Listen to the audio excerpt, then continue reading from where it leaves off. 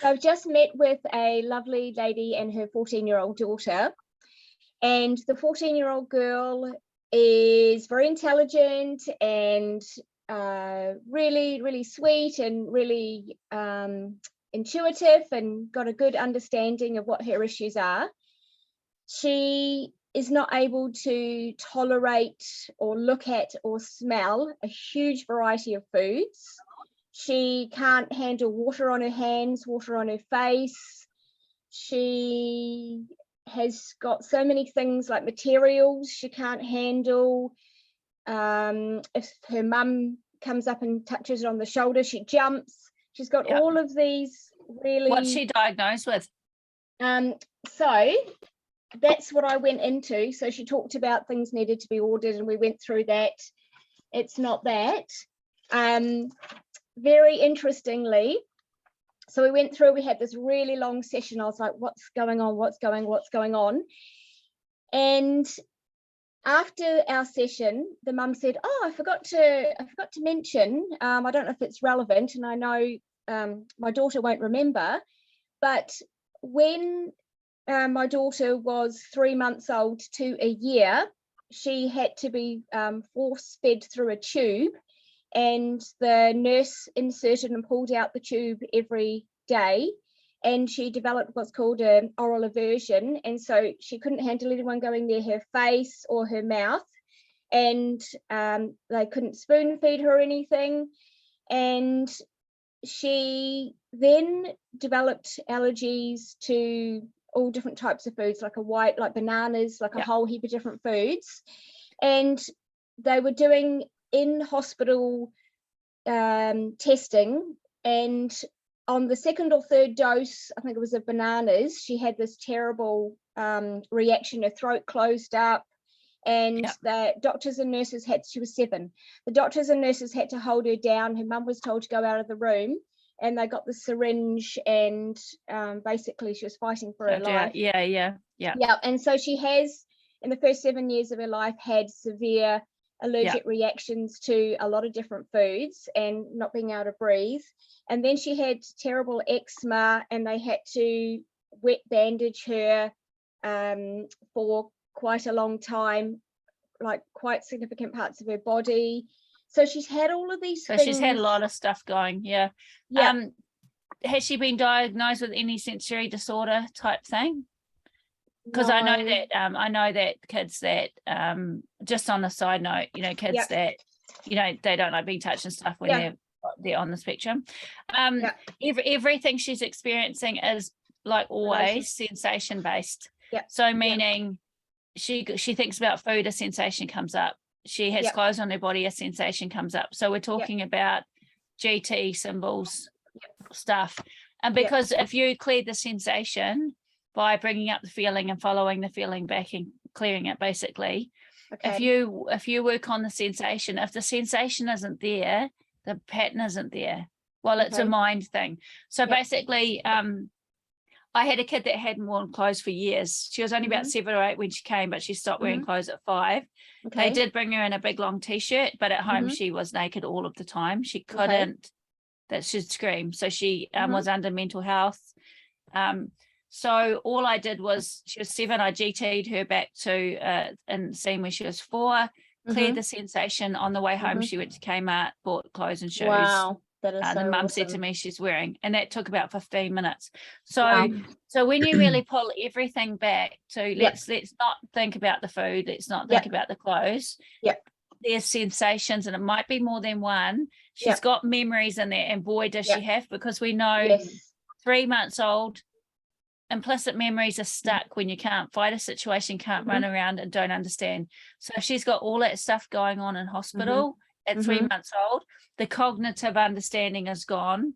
The not running away and not fighting is gone. So the 3 things that that cause us for memories to hide or to stay are lined up.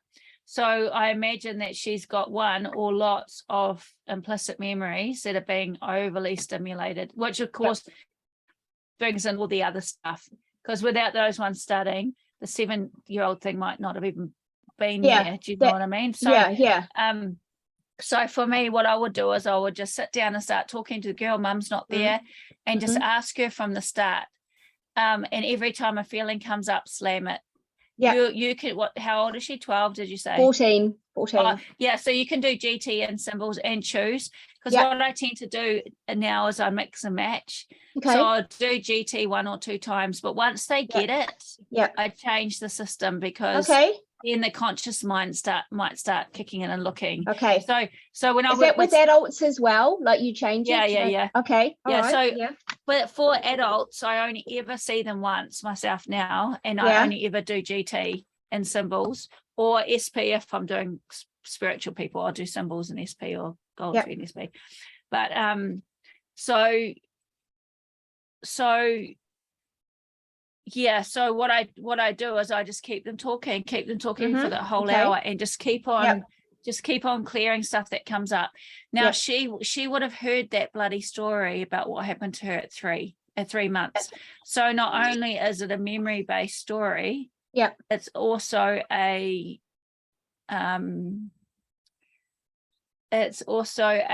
heard story. Do you know what I mean? Because when we hear people talking about stuff that happened to us, our mind is creating a picture of that. So you've got both the memory of it hidden, and then she'll have the real memory of it from hearing mum talk about it.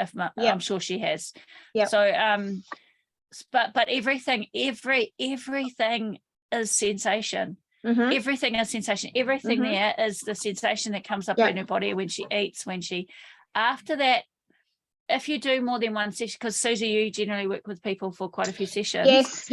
So once you've cleared the sensations, then the hypnotherapy really works with the conscious mind as well. So she's going to have to believe and understand that it's changed. She won't feel the feeling, right? And so that the behaviors won't happen. And so for her as well, some foods are still going to be quite dangerous to her, because you can't do, so there's still some, so I can't, as part of my goals, I wrote down about feeling relaxed and calm around food, but some foods are still a danger to her. So how do I? Don't worry about that, because she knows that. Okay. So we're working. So by clearing the sensations, we're removing any memories that are stuck and getting them out of the way. So now we have a conscious individual. So someone that can make a choice. Now she's still got to make a choice. We can't influence the conscious mind so much. Meaning, so by saying that she's comfortable around food. She's not going to go out and eat nuts if she's allergic to nuts. Do you know what I mean? And if she did, she's going to suffer the consequences. If you feel really uncomfortable doing hypnosis saying that she eats anything, then I would make a suggestion saying, if you're doing normal old school hypnosis, it would be you're becoming more and more comfortable around food choice, around foods. You feel more and more comfortable around food. And you make good choices about what you eat, and you choose to only eat foods that are good for your body. Great. And she'll know, and her mind knows what that is. So, doing that, just making that suggestion of you choose foods that are good for your body, and you know what those are, safeguards that. That's awesome. Thank you. So when you're not gonna make it. So by clearing suggestions and doing golden thread, doesn't make people's conscious mind go good. You know what I mean? When they're still got the ability to think for themselves, or else we'd be super powerful, incredible people that would be multi-millionaires. Good. No, that sounds thanks. And just wanted to know, there's another experience that she's had for quite some time, particularly if there's loud noise, and she'll actually be able to hear her heartbeat and feel the blood run through her and feel all her organs and it's everything so in her sensation. body. And so that freaks her out a bit, and that'll last for hours, and everything she can hear and experience. And so you just need to work on the sensation around that as well. But remembering that there are kids that are coming through, and I work with all the time, there's a sensory it's not they call it a disorder, but it's not. That makes it negative. It's not. But the thing is, they need to say that so that these kids can get help. If they're not labeled with something, they can't get help through the system. But what it does is there's different on the spectrum of autism, ADHD and stuff. Kids can be hyper aware to noise and to touch. And the one thing I found interesting with the kids that can't even handle the sound of people eating and busy crowds in rooms is that the part of the brain that's supposed to, you know this, Susie, the part of the brain that's supposed to, you know, quieten down and hone in on the one important thing doesn't actually work. So when they're having a conversation, when someone talks to you, we've got a part in the brain that makes us focus in on that voice and shut out everything else. These kids can't, it doesn't work. And So when she talks fighting and about it, everything. when she talks about it, I keep thinking in my head, because she said she can do 3 maths problems simultaneously. She can read several books at the same time, and so she's got an amazing brain. It's just incredible. And she said when she's around people, she needs a whole day to just, it's just exhausting.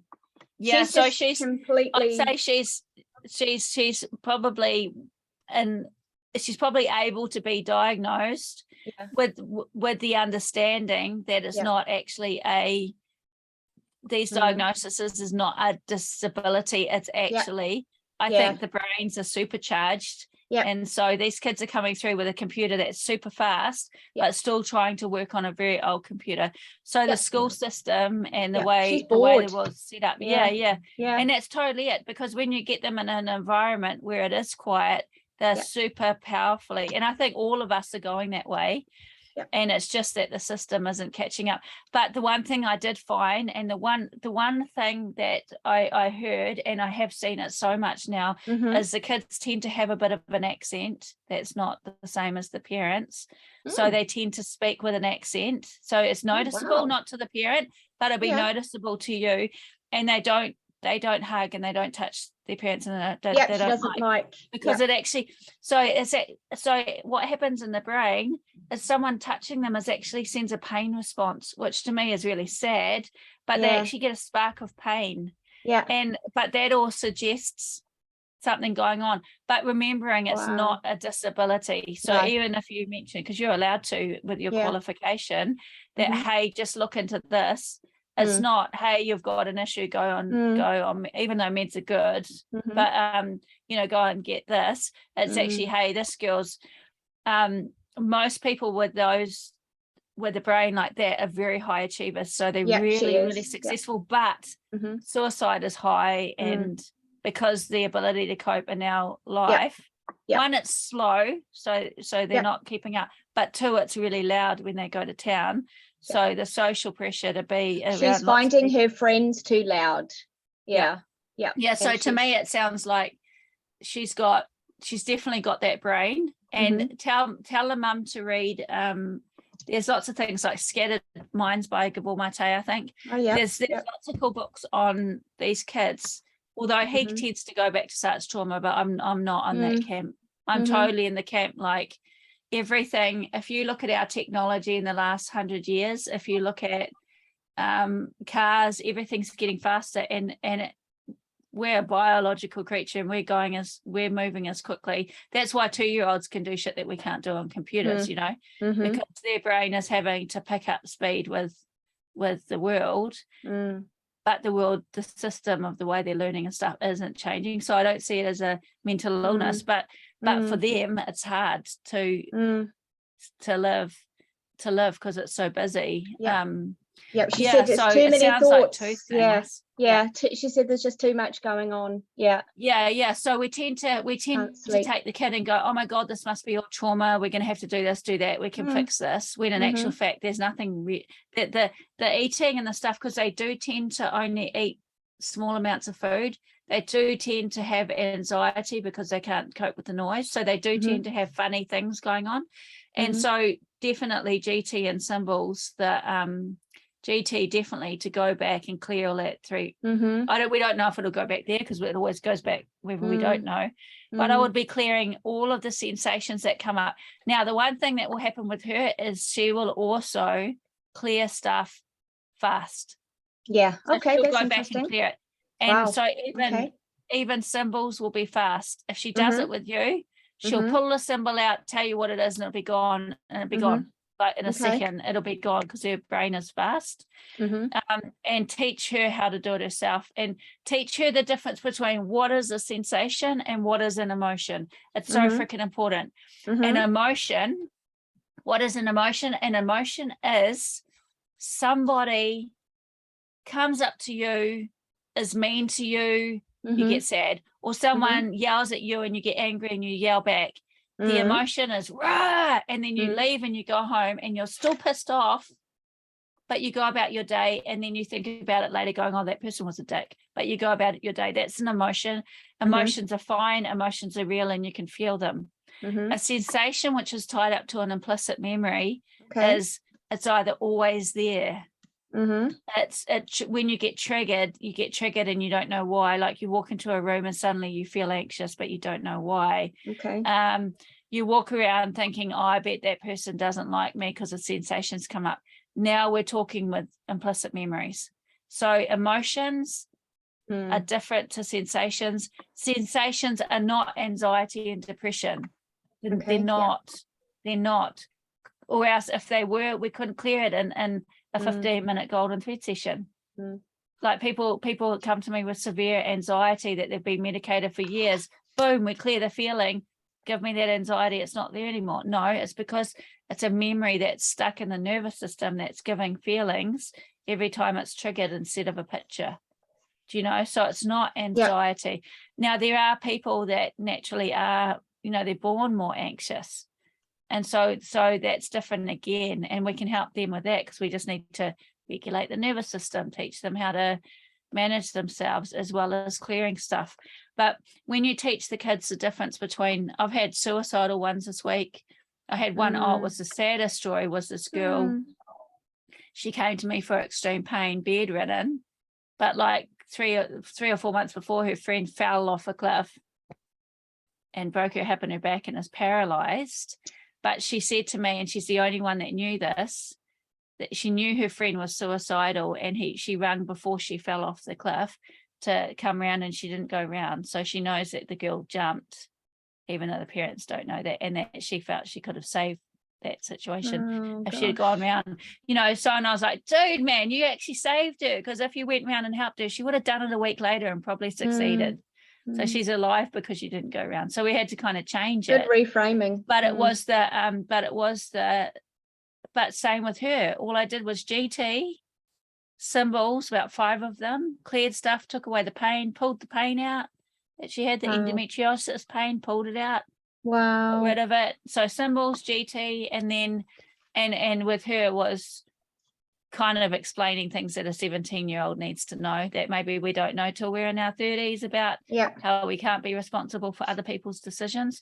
So there was that kind of talking going on, explaining to, a kid just doesn't decide to die in one day. They've got 17 years of stuff building up and mental illness to get there, So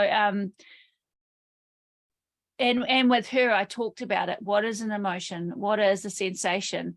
If you can learn to clear sensations, then you are going to have the most amazing life in the world, because every time a sensation comes up that stops you moving forward, you just pull it out and change it.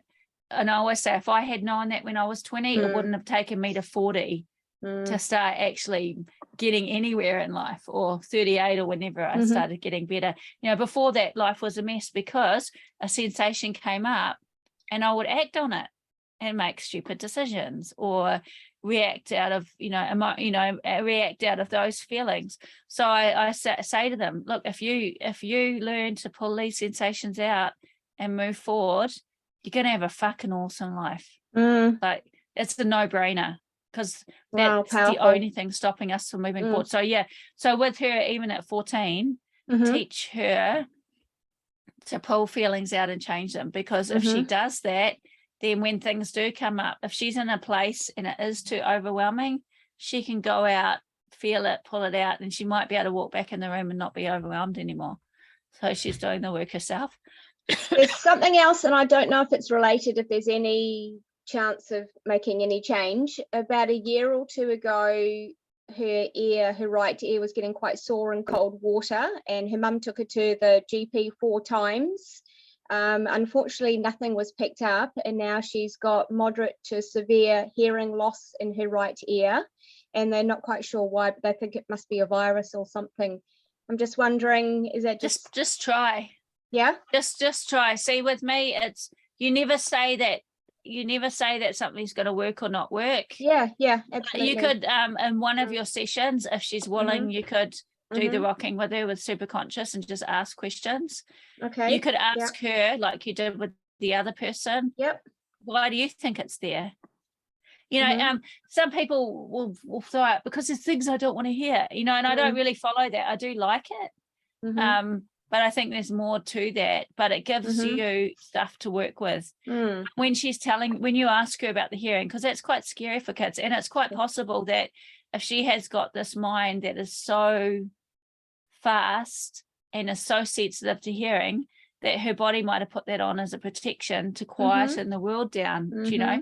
So her having half hearing loss might be like us hearing normally, because we don't know what her hearing was like before. My daughter's got supercharged hearing, and so like I said to her, don't wear headphones so loud, and she goes, yeah, but I don't care if my ears get damaged because I'll probably just hear like a normal person. Oh, you know, so for her, listening to music loud is sweet as, because she's not going to damage her ears. Her ears are perfect, super fast.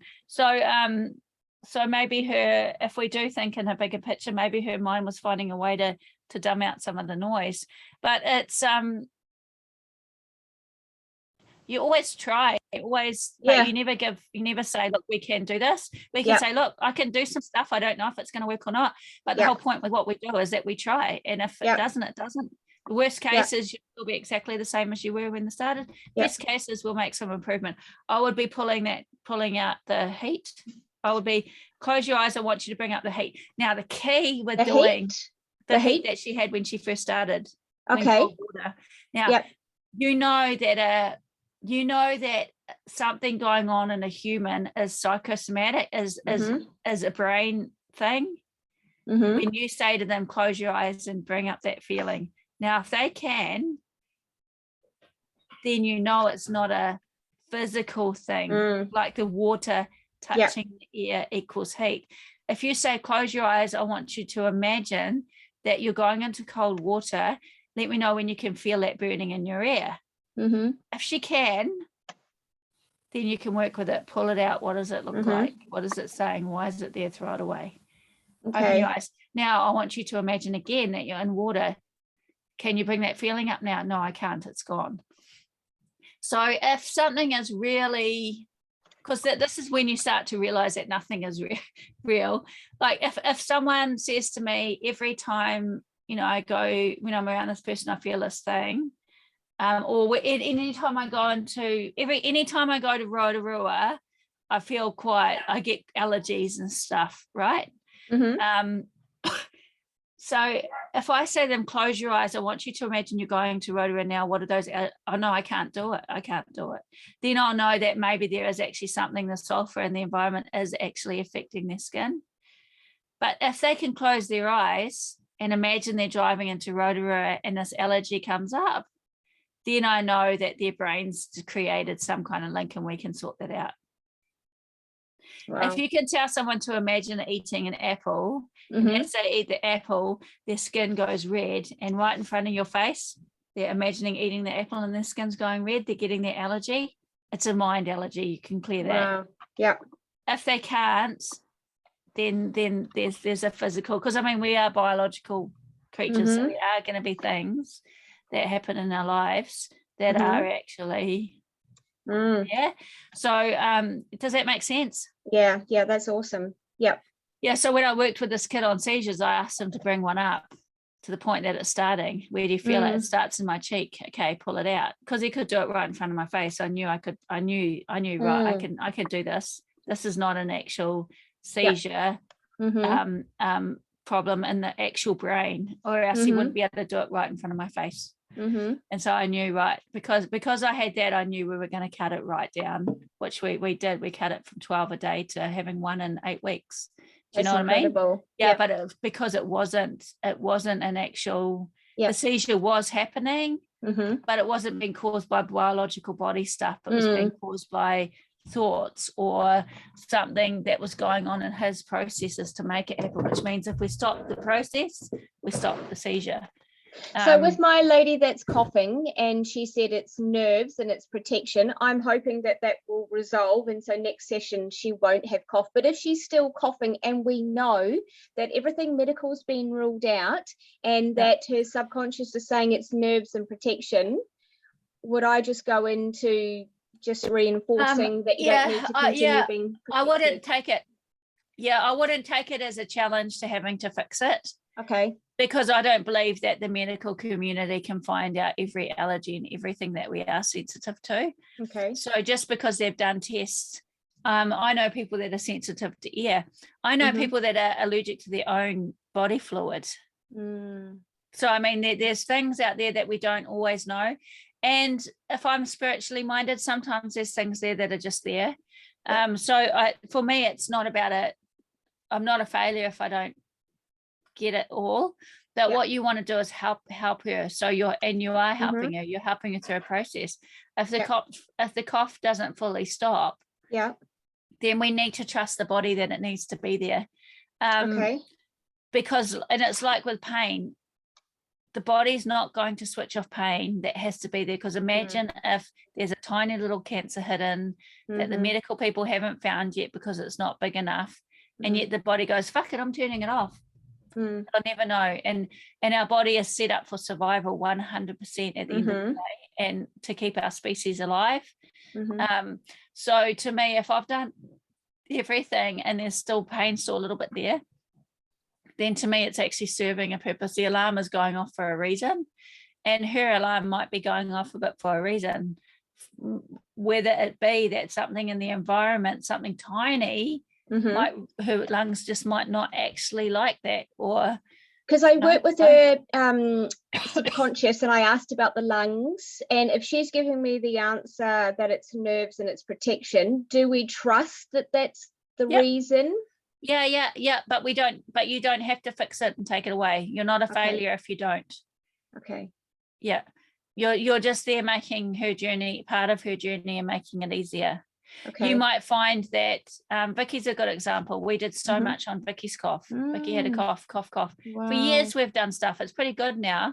But if she didn't have that cough, she wouldn't have kept on searching for answers. And now you ask Vicky anything to do with coughs, anything to do with therapy for cough, she knows it. But it's pushed her into holes that she never would have gone on looking for answers to do with health. Probably even to do with probably even coming to do hypnotherapy training was probably tied up with that cough. Do you know what I mean? So so there may be a bigger reason why that's there as well. So it's not step back from I've got to stop the cough I'm part of the journey. And you might find that it definitely goes. You might find that it goes but it comes back sometimes. And hopefully when it does, she'll contact you, because her body might be presenting trauma and a cough, instead of weight and stuff. So leave your gate open to her too. Look, if you if for any reason you find that you need a little bit more help, just come back. Sweet as, come back. But definitely with anything, weight loss, bloody anything, we are part of a story. So it's not about it's got to go, it is go. We're making it easier for them. So when I see clients, I do the initial get the information and consent, and I do the discovery call and everything. And then I make it really specific what the goals are, so that we can go back at the end of the sessions and how you're doing with that. Yep, that's resolved. How you're doing with that. So I guess it's really important to make sure you're not promising specific 100%, outcomes. Very careful. So how do you word things so that you've got leeway for I don't really word. I don't like say this. So use the scenario of this girl. She came to me for her mum contacted because she was getting a bit stressed out because she's not going to be able to pass her exams because she's bedridden with pain in her tummy and her lower back. The whole session, we talked about pain once. So for me, the whole session, and she ended up bringing up about her friend, and she went through all these things in her life that had upset her and blah, blah, blah. So the whole session was that. It was nothing to do with, but at the end I said, oh, just checking on your pain. And she walked around, and she went from when she started, she was limping, to the limp was completely gone, just clearing all this random stuff that wasn't anything to do with it, because it's just a trauma response. But for me, it's not. I set goals for weight loss only because, but for me it's like kind of we're part of a journey, so we're going to work with whatever comes up, and the stuff they've come in for is a part of that story. So I don't really set clear goals about what you're wanting. In the pre-consult call, if an emotion comes up, we slam it there and then. So when you're doing the consult call with them, if my internet's unstable like my brain, but if it's kind of going in and out, but if so make sure to clear. You can kind of say, oh, so why are you here? But I wouldn't make it as a goal, as this is what we need to clear. I would take notes myself, like I would take notes what it is they're wanting myself, and you can review that with them later, but I wouldn't let them know that I'm doing that. I wouldn't set the clear goals with them, because then there is a chance of failure at the end if they're not, or a sense of, oh, well, we got 4 out of 5, but that 5 one, we didn't do it, Susie, so it's more about you having those on your piece of paper so that you know that this is the ultimate goal, but not setting it with them. Okay. Because I have been very specific about the goals and emailed them, and that has been a fair. I mean, I don't put you're going to lose X amount of weight, I would just step back. Okay. Yeah. Okay. Yeah.